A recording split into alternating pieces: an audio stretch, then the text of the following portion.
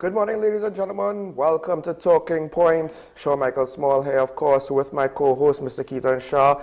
And things keep moving. The story in Tobago, well, actually, this morning we're going to have two stories out of Tobago because, of course, the ongoing drama that is embroiling up, it seems to be the main personalities of the PDP. Well, that's continued. And I very much want to get to that. Also, later on, we're going to have the chairperson of the peace negotiation movement to update us on the airport negotiations, or rather, the fact that their injunction, I believe, has been struck down. But Keaton, as much as we have a lot of Tobago discussion, you know, TNT, the small little Twin Island Republic is still moving forward. Moving forward, good morning, Sean Michael Small. Good morning to our viewers. You're saying moving forward, and I'm just thinking yesterday. Not necessarily in a good direction, but one forward, nevertheless. Sorry, no, we are moving forward day by day. The mere fact that if we remain buoyant during these turbulent times, I mean, give credit where credit is due. But only just, not everybody's experiencing that buoyancy. Some people are sinking, some people have already gone below. But nevertheless, I mean, as one individual put it, we woke up, we're here today, and we're happy to be with you. You know, a capybara was loose yesterday in the capital city. I'm just wandering all over. It was rescued eventually. I'm actually very happy for that because here in Trinidad, anything that walks, crawls, or breathes, if a broomstick breathes, it ends up in a pot. But you know, I'm actually happy that it was caught. And this is, you remember how we were speaking about climate change a couple of days ago? Yeah. And people were wondering, how does a capybara in the capital city link to climate change? You're probably asking the same question. Yeah, because I mean, it's not unheard of that a wild animal randomly might come into a human population center where you obviously don't expect them. In fact, you could argue that the fact that it hasn't happened a little more frequently over the last 4 decades might be a bit more strange because we have, you know, wildlife right around the corner, it seems.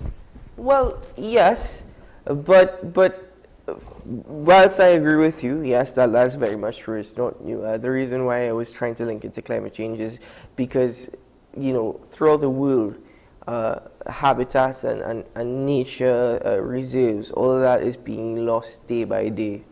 You know, so we are actually infringing upon the territory of wildlife for the development of mankind and human beings. And with that level of development is always progress, but there's cons developments as well. I think we actually analyzed that a bit at length on Wednesday when we were speaking about you know, the coast and the mangrove and whatnot.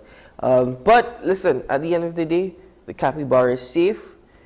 It's to be rehabilitated and released into the wild, and let's hope that this instances like this remain as is, in the sense that nobody tried to attack the capybara, nobody went after the capybara, but there was a video circulating on social media recently with a few capybaras in the dump here in Beetham. So maybe it's not that weird. I mean, wildlife adjusts. Maybe they figured out something in the dump is worth their while. Sure, understand. I was driving along the highway over the weekend coming into Port of Spain. I don't know if anybody else saw it. There was this huge pig, like a massive pig, just lying on the side of the highway. It was alive. It was alive and it was eating, I don't know what it was eating, just on the side of the highway, you know. Always seeing animals lying down on the road always makes me nervous. Always makes me nervous. Yeah. But folks, with that said, let's just get into the first quick topic, a quick update, if you will. The chairman of, I believe, the National Executive Council of the PDP, he has come out against the Chief Secretary, basically saying that Chief Secretary Fali Augusta needs to understand that you cannot go against the leader. Unfortunately, and I don't think it was necessarily pointed out by Ho Choi Charles. Ho Choi Charles did point out the fact that it seems as though Duke's claims with regards to the performance in New York, in a manner that I don't think I've necessarily ever seen a political leader due to his or her own party. Now, granted, again, usually the political leader is the head of the executive, so I don't know, this situation is a bit unique. But I don't know if the party chairman is realizing that he himself, I said this about the Trinidad deputy leader, he's, to me, exposing himself for a lack of political acumen. You cannot ignore what your political leader did and try to throw all the blame on the person who responded, right? I'm not saying Farley is 100% innocent without any cause for criticism, but when the people of Roxborough seemingly don't appreciate Duke's public opening salvo. Now hold on, we're assuming that is the case because that's probably one or two opinions that we've heard. We can't say the people of Roxborough, but there are certain opinions that have emanated. Could be the minority, right? You're correct. Within Roxborough, that is the case. Dr. Sean Ned, who is the chairman of the PDP, he's indicated that the party can take further action against Farley Augustine. Just to bear in mind as well, yesterday the executive of the THA held a regular meeting. Watson Duke was actually supposed to be a part of that meeting. Up until this morning, we can't tell you whether or not he was indeed, but the situation is due to be addressed by the Chief Secretary later today, so we'll keep an eye out on that. But listen to this from Sean Ned. It must be the norm that in spite of disagreements with the political leader, the role and functions of the political leader must be respected as the individual with the burden of setting the strategic direction of the party, and by all accounts, the political leader has been successfully accomplishing this end. Now, whether or not he has been successfully accomplishing this end, that is debatable, right? Yes. Anybody could debate that. There may be things that we don't know, we're not aware of, we don't see, and from what we see, we might have an opinion. Let me just say, strategically speaking, he acknowledges the fact he needed somebody else to be in charge. Right, that's one. Two, it must be the norm that in spite of disagreements with the political leader, the roles and function must be respected. This is the interesting thing. I can't say that I've actually seen, and people could disagree with me, I can't say that I have seen Farley Augustine disrespecting Watson Duke in any of his statements. I will say that the statement about looking at Mr. Duke's portfolio as Deputy Chief Sec, in a minor way, it does not equate to what Watson Duke said initially. We have agreed, and I agree that Farley Augustine should not have gone to that extent. Right. I fault him for that. But there are a couple of things. One, we still don't know if this was really a folk dancer group from Roxborough. We still don't even know. Two, how is it that they were allocated $400,000? And I say allocated because it's a sponsorship, right? It's not to say that the THA was covering everything. It was a sponsorship, but $400,000 for a sponsorship, I don't even know how that decision was arrived to. So all that needs to be investigated. But there seems now, the mere fact that the chairman of the PDP has now come out and spoken against Farley Augustine, there is either people actually disagreeing with Watson Duke, so there are internal things that we are not aware of, there are internal things within the PDP that we're not privy to, so we can't necessarily comment on that. All I will say is that after hearing from Cazelle Jackson, I'm not too pleased with everything that she said, and I don't think she realized the extent of the accusations that she was making, because it actually speaks about Watson Duke not dealing with corruption or perceived corruption. Yeah, so either he's corrupt or incompetent. Exactly. And two, we're hearing from Sean Ned now, so clearly there's something internally that we don't know about. But I also think that while Sean Ned is trying to send a message that you must always respect your political leader, and I agree, you must always respect your political leader, the message is nonsensical and doesn't fit into the entire situation. Exactly. To me, he's not only trying to, publicly state his support or his allegiance to Watson Duke, but at the same time, remember, this is not about the party. We cannot keep looking at this from a party perspective. You have to look at it from the fact that this is the first THA led in 21 years by a party other than the People's National Movement. You have to look at it from the aspect that you are there for the people of Tobago. Not just that, the party essentially is an original party. It doesn't really have direct ties with its leadership or its membership to the other predecessors of the second parties before it, which is something, I mean, even the UNC, Basio Pandey has ties to parties before the UNC, right? He had a career before the UNC. This is to all intents and purposes a new thing. And the fact that the political leader is already, because he's the one that did the opening salvo, the chairman is not acknowledging the fact that, look, the situation was not caused by the chief secretary. The situation was caused by the political leader. So the fact that he is not even trying to acknowledge that, he's not mentioning it, at least not in the report, it makes me feel as though he knows that he has no defense on what Mr. Duke said, right? On what the Labour leader said. And I do wonder, do they think that this is going to work? Because the other thing that you haven't brought up, Keaton, the whole about respect the leader, respect the leader.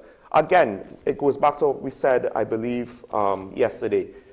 Doesn't it, or Tuesday, doesn't it kind of reek of the type of politics that we are constantly berating the Trinidad-based parties on? Where you're just blindly following the leader like sheep and you have no say, and the democratic process breaks down. Even in the PNM, yeah. You know, it's rarely just, it's not one dictator, but it's still dictators at the top. But exactly, an excellent point. You see, what we were hoping for, what we were hoping to see was a breath of fresh air from a party like the Progressive Democratic Patriots. And one could even argue when a political party is launched on a national level, you hope it brings a breath of fresh air. Right? You would hope, put it that way. It gives you some sort of hope, or, you know, all focus is on that. But what we're seeing now from the PDP, you're right, is no different to what we've seen from parties on a national level.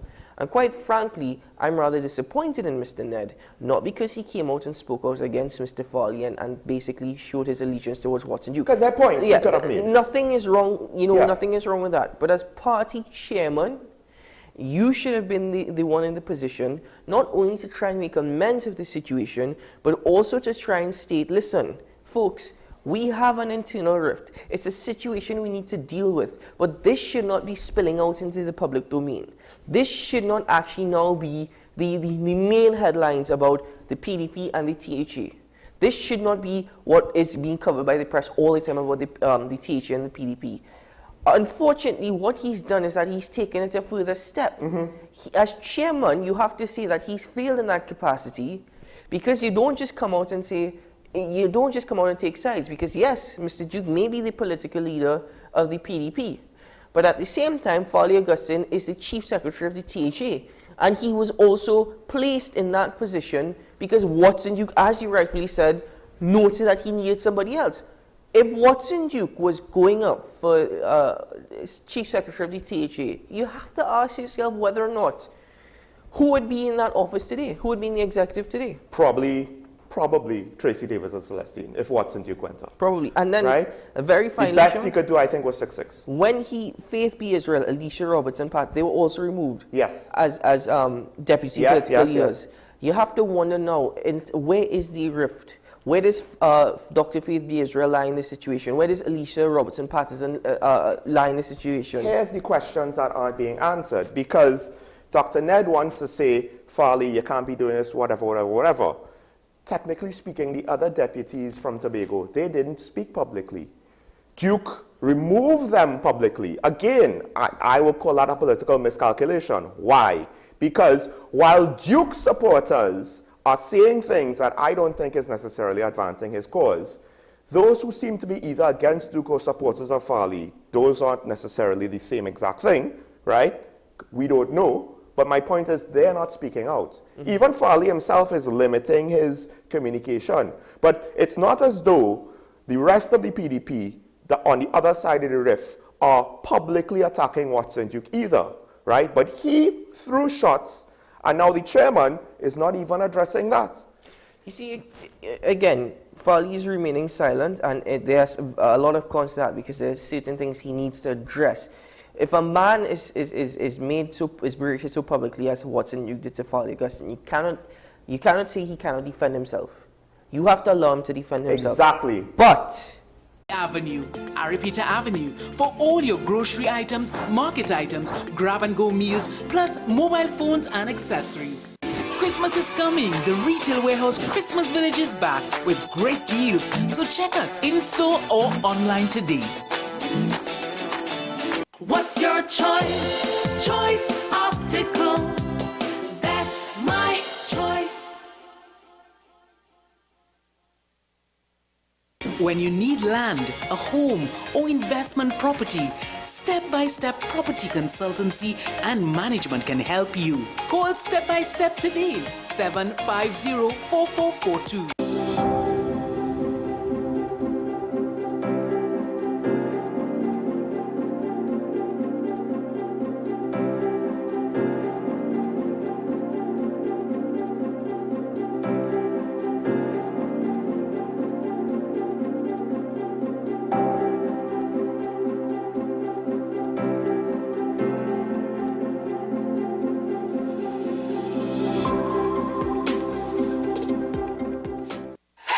FanZone, your reliable, authentic supplier, has just gotten better. You can now visit our website www.fanzonett.com for your authentic wear and collectibles.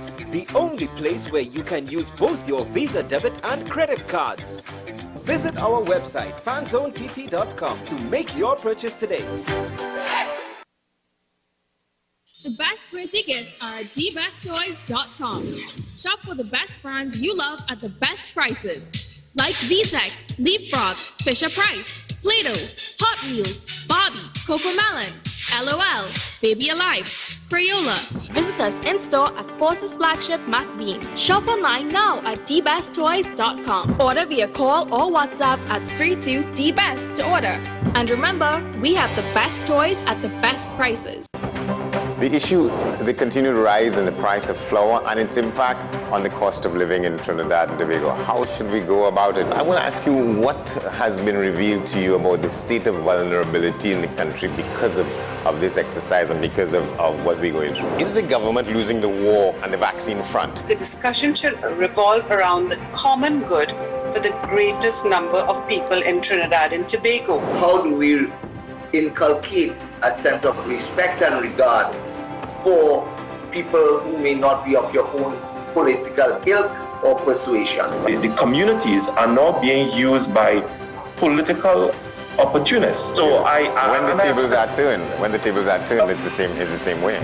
Okay, this has been 10 questions. I'm Andy Johnson, and we'll see you next time.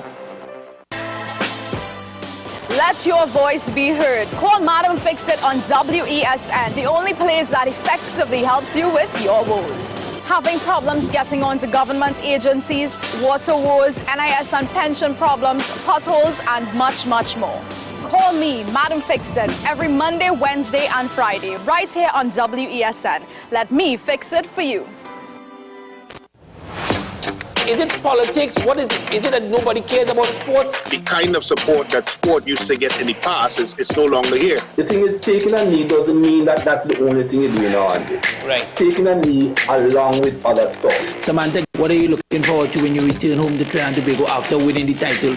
Thank you very much for speaking it into existence. Is there no pressure on Nicholas Ball? It makes me more motivated to work hard and to go out there and rep the red, white and black. Why are we sending a team to the Winter Olympics? There are a number of Trinbagonians who are in the diaspora and have grown up in winter sport. It's an opportunity that the Trinidad and Tobago Olympic Committee will not close the door on. I also believe in the players that we have. Once you can motivate the players, you can get the best out of them.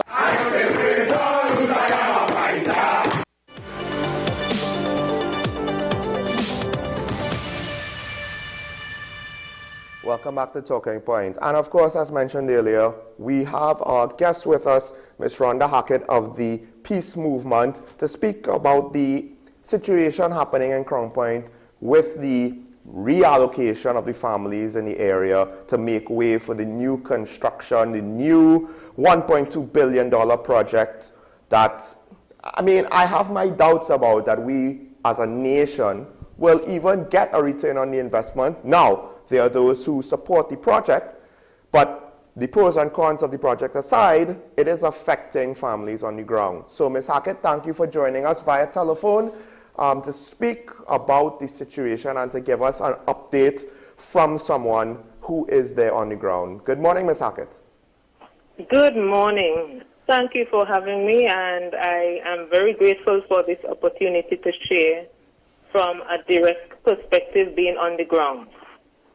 So, of course, I mean, let me just start off by asking you to give us an update. I know some people might have seen reported in the news that 5 of the 7 families, they're ready to move. The court has basically lifted the injunction against the evictions. You can correct me if I have that any technical mistakes there. What is the situation for the families? Are they happy to move, or is it just they're giving way to the inevitable and they want to get on with their life and not be caught up in this sort of situation anymore? All right, so just the very effect of being uprooted from your home, from your community, could be a very struggling and painful process, but residents would have long come to the acceptance that they have to move. Where the challenge exists is the manner in which they are being moved, the time frame that they have been given, the amount of compensation that is granted, and the preparation of areas for their relocation or resettlement. So we have never been against the development process. Where challenge continue to exist will be with the compensation. Persons are greatly underpaid by the government, with sums that are sometimes half their compensation amount, sometimes less than half. And the current reality is that at this point in time, no one has received any form of compensation, the 7 families who are there. And so they are expected to be out by today, with the government sending persons from Commission of State Land and Police to evict them tomorrow. No money is paid to them, and yet they are expected to be evicted. We have asked, or request was, give us adequate time so that we can move. In the past, we have also requested, please prepare the land with the necessary infrastructure, water, sewer system, light, etc., that is needed for rebuilding, and these are not in place. The THA would have indicated that they have realized they would not have done all that needed to be done, and did also ask for the 6 months time frame. And so this was not granted, it was not honored. And all government representatives, because it is not a legal fight, it is a political fight, they have chosen to discard the need and concern of the residents. When the police came around with the big machine gun or whatever type of guns they had in their possession, they acted as if it were criminals they were coming to deal with, just to serve an eviction notice.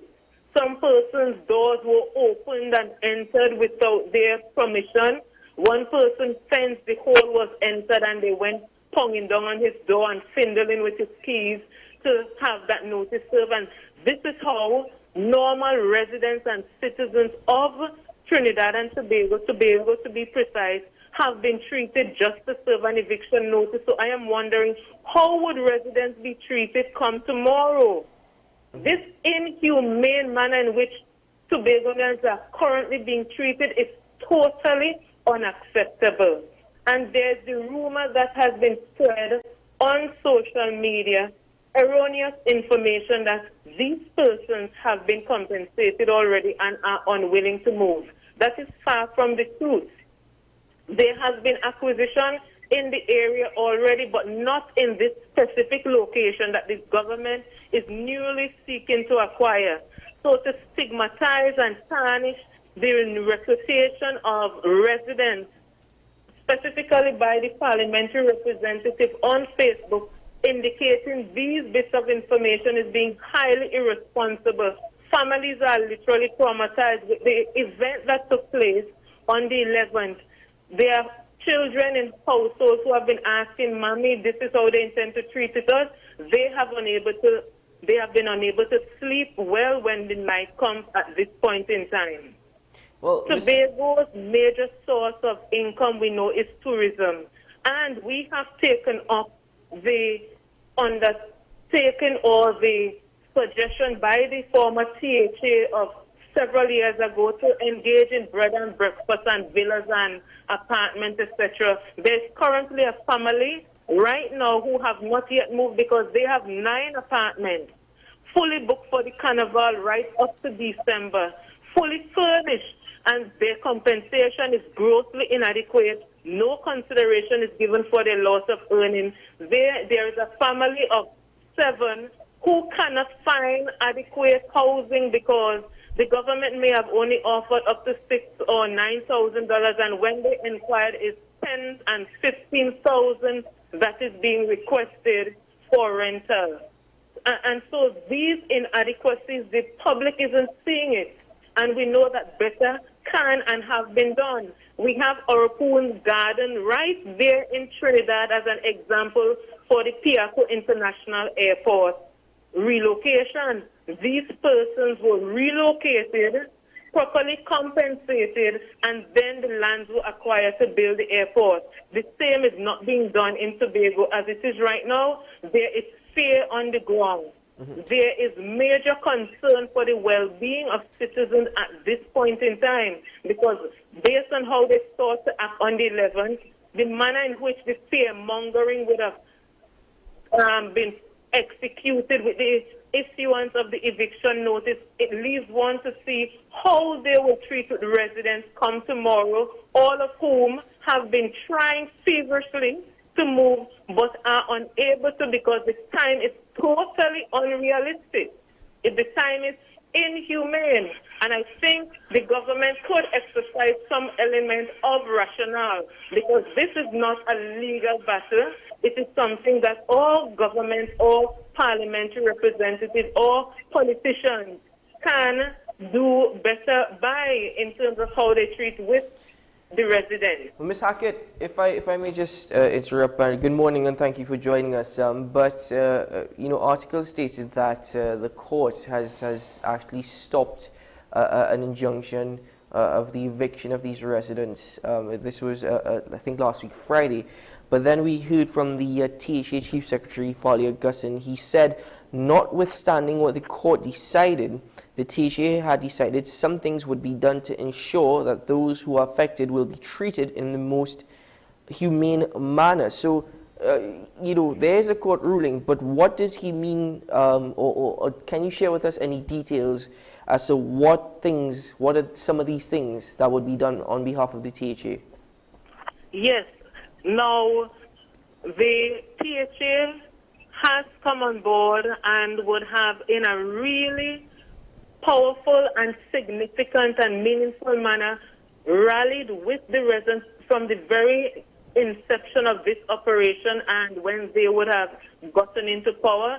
As it is right now, they would have sought to acquire containers for which we are unable to receive at this time. They have assisted some of the residents in transporting their property and belongings in other locations. For persons who were in need of rental support, they have sought to assist in finding location for some of these residents.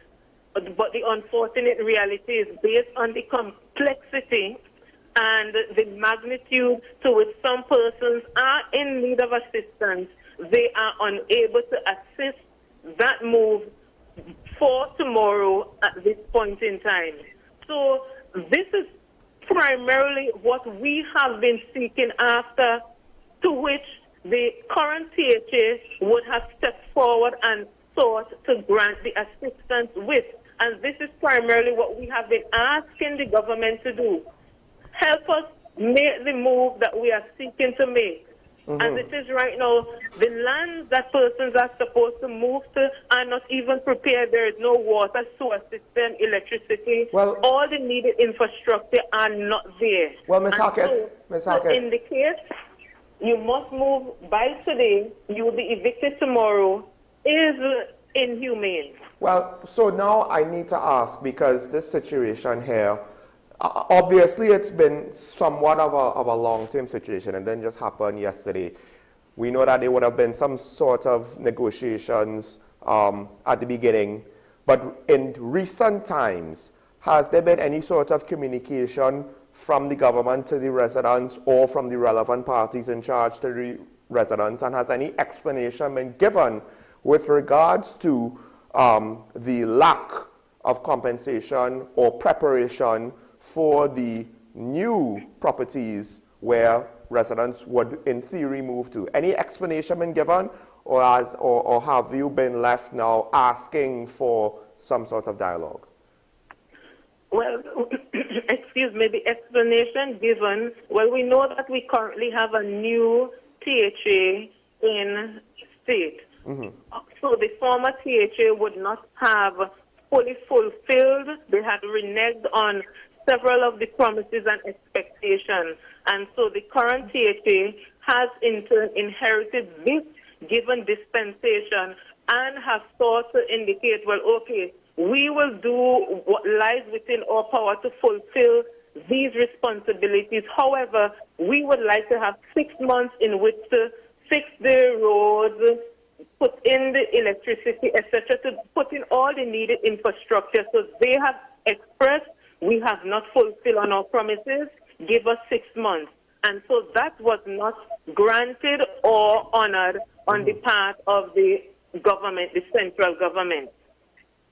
And have you heard anything from the MP of Tobago West? As much as she might not be directly involved in the situation, it seems as though there's a disconnect with regards to the plans for the airport and those who are moving that forward, and the THA trying to alleviate the situation.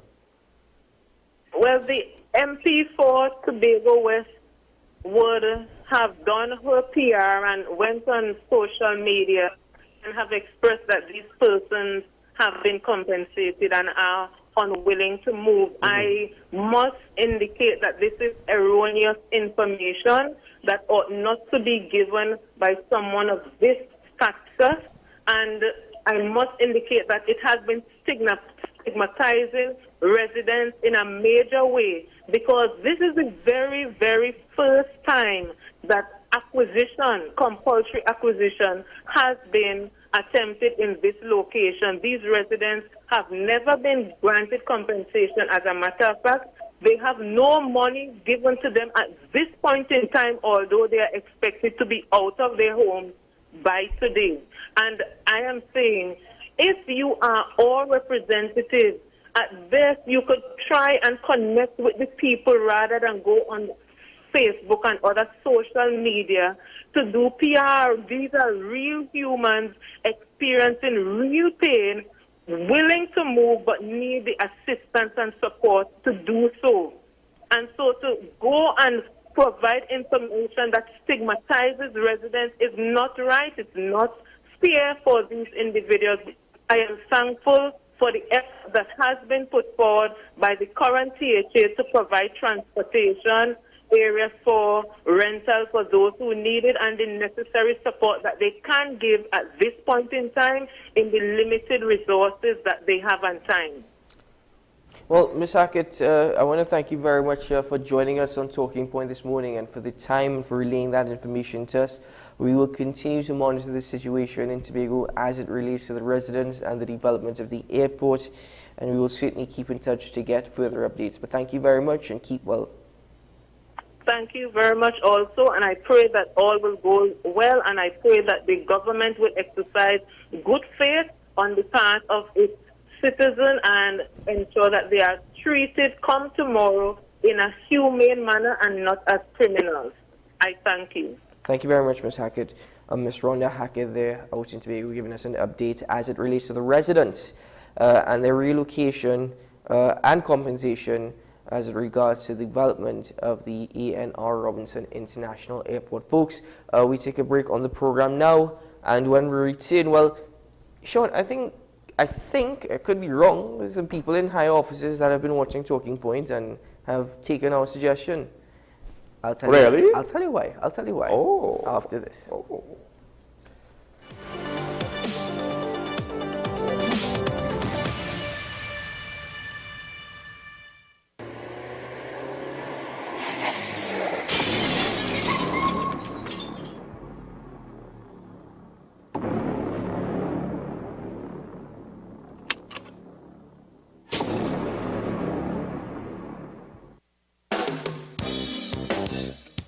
Chantwell Vibes, a musical tribute to Andre Tanker. Saturday, September 24th, 2022. Central Bank Auditorium. Showtime, 7:30 p.m. Featuring 3 Canal, Mavis John, Ataclan, Empress Ajay, Stacy Sobers, and panist Natasha Joseph. Tickets $300. Available at Crosby's Music Center, St. James. Extra Foods, Arima, Grand Bazaar, and Endeavour.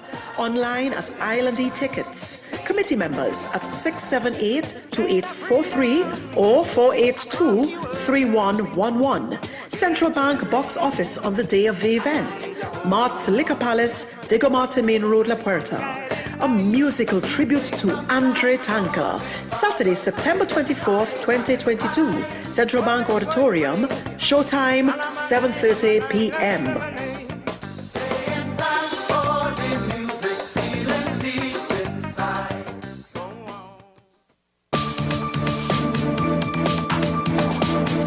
I am Rondell Donowa, attorney at law and host of Strictly Legal on WESN Content Capital. Strictly Legal is a legal program geared towards informing you, the public, of your legal rights, responsibilities, and remedies. So be viewing Thursdays 10 a.m. to 10:30 a.m. Join me, Sule A. Joseph, as I delve into the day-to-day psychological issues plaguing our society. We will discuss behaviors that encompass the biological influences, social pressures, and environmental factors that affect how you think, act, and feel. Site, Thursdays at 11:30 a.m. only on WESN, Content Capital. Let your voice be heard. Call Madam Fix-It on WESN, the only place that effectively helps you with your woes. Having problems getting onto government agencies, water woes, NIS and pension problems, potholes, and much, much more. Call me, Madam Fix-It, every Monday, Wednesday, and Friday, right here on WESN. Let me fix it for you.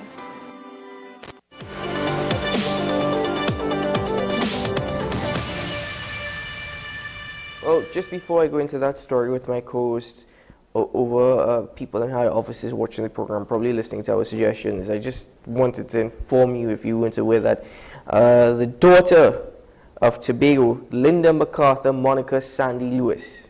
Does that name ring a bell? No. Also known as Calypso Rose. Ah! Yes. It's the no and then the ah. Anyway, she's calling for an end to hostilities between Watson Duke and Farley Chavez Augustine, saying that this political tug-of-war and power struggle between the two does not bode well for Tobago. She says, put down your arms, lift your eyes to the hills, and ask the Lord to forgive you both, give you health and strength to govern my beautiful Tobago, shining in the morning sun. She said, the soil is good and ready for planting right now. We need food. We don't need arguments and fighting. So even Calypso Rose has weighed in on this situation. I have more to say on that because I find this situation quite interesting, again, because I think it's unprecedented. It might not be that big of a situation like when a prime minister might be embattled, but I just find it fascinating right now, and unfortunately the PDP being the latest third force, if they were to fail, I don't know what that would mean for any sort of alternative political endeavor in the nation. But but you do have an interesting story. Yes, I do, because I think at least 2 weeks before the new academic year commenced, before school reopened fully for the first time, on this program, we spoke to parents. We kept giving updates. We kept speaking of the topic over those 2 weeks about the cost of textbooks and the cost of going back to school. It was absolutely ridiculous. I know one parent inside there said she indicated that she paid at least $2,000 for one child. Another one said they paid $3,000 for one child.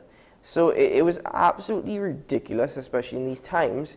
The Ministry of Education has indicated that no new textbooks or new editions of textbooks that was stated in the 2022-2023 book list should be added to the 2023-2024 book list. That's good news, but it's a little too late, won't you say? This is something that should have been done a while ago.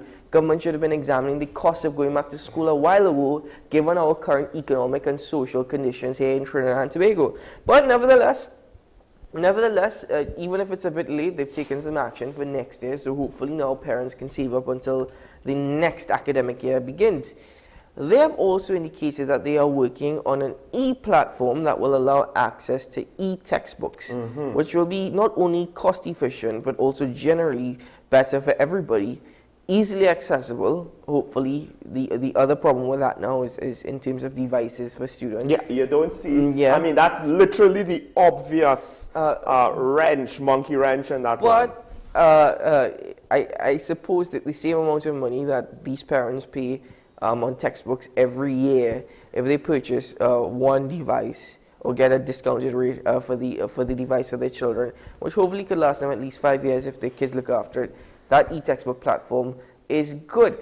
I'm saying this is all good news. You know, I'm not saying this is because of Talking Point. I'm just stating that the mere fact that we spoke about this 2 weeks before school reopened, and now we're hearing about this from the Ministry of Education, quite a coincidence. Because as far as I'm aware, this was not really highlighted much before. That being said, I am a little upset.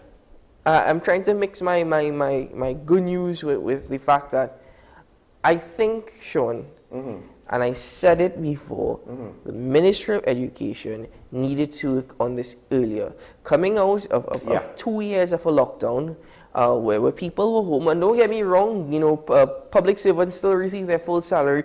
Private sector employees, their salaries were cut, you know, across the board. In fact, I even spoke to law firms who said across the board they had to cut their staff by 50%. So imagine that as well. And people expect those firms to be very profitable. Exactly. So with all that being said, I am very upset that this was not addressed sooner. To me, addressing it the second week that school has started, you could say, okay, it's proactive for the next academic year, but it's reactive because everybody is complaining about how much it costs to send their children to school. So, you know. To try to put a device in every child's hands that goes through SCA, I think is an uphill battle that we honestly, I'm not sure if we could afford to make the promise, because in good years, it's doable, and in bad years, it's difficult. And then on top of that now, you also have to be concerned about a whole host of other implementation and logistical problems, because just the sheer number of units you're talking about, not just on an annual basis, right? But even just in 1 year, it's a lot of units and it's a lot to get through. That is besides the regular teaching. Now, with regards to the e-platform, I do think, though, that while the obvious monkey wrench, as I said, is, okay, what about connectivity and computers for the students to access these books, right? You now need an electronic device. I don't think that should necessarily be a reason to pause or to halt or to delay this initiative. I will go back to what I said, I think, early on. I do wonder if we are abandoning the idea of, well, if you just have a computer lab with well-maintained computers, as opposed to trying to give out new computers every year, right? You could provide something for those. And now, of course, you have to manage it. Maybe after school hours, it will be open for students to make use of. I know it's not that simple, right? But that is an avenue maybe that you could use, not in place of giving out laptops, but to further help the situation. When I went to secondary school, that particular college actually had less laptops